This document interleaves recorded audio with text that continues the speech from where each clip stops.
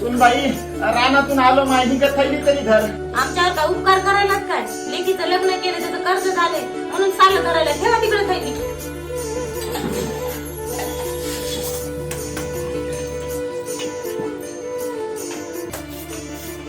आणले का पैसे माल काकून? मला गाडी घ्यायला 20,000 रुपये कमी पडालेत. वागा मह्या साल धरू धरू 3 लेकीचे लग्न केले आणि तुझ्या काय मधातच गाडीचं मांडलंस. अरे त्या लेकीचा अर्धा हुंडा द्याचा राहिला या त्या जावाई भलता ताण द्यालाय माझ्या लेकीला. तुम्ही तर सगळे लेकीचेच घर भरा. तसं म्हण नको सुनबाई, हे बी महा लेकच हाया की. जाऊ द्या समोरचे पप्पा, आपल्या समोरचा आता वाढदिवस यायलाय. माझी बहीण येणार आहे मुंबईहून.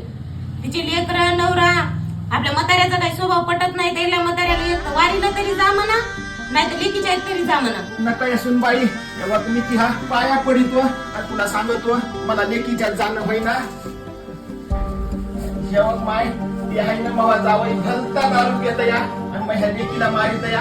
माझ्याच्यानं काय बघणं होईना काय नाही ते. आणि राहिला विषय वारीचा, माझ्या वारीला बी होईना यंदा.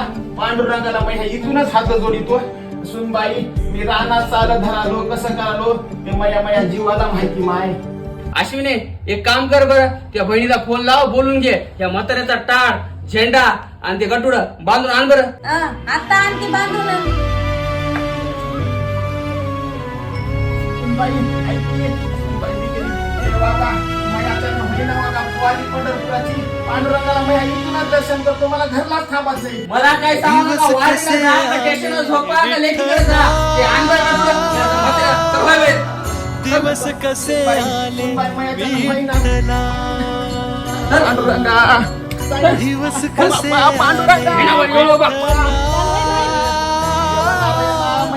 दिवस कसे आले विठ्ठला.